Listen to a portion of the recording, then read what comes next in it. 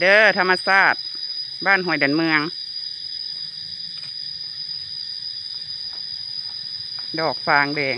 แดงจึงคืงหอมลงมา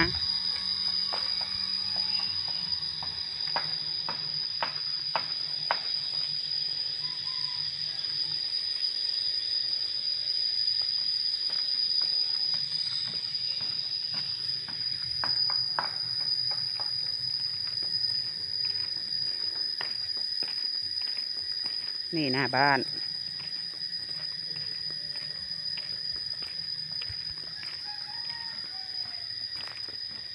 พระเอกของบ้านดอกฟางแดงสวย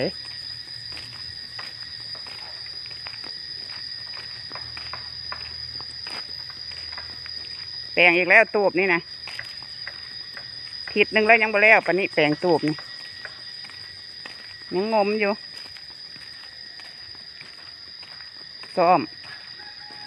ตัวขาวงมเห็ดตูบ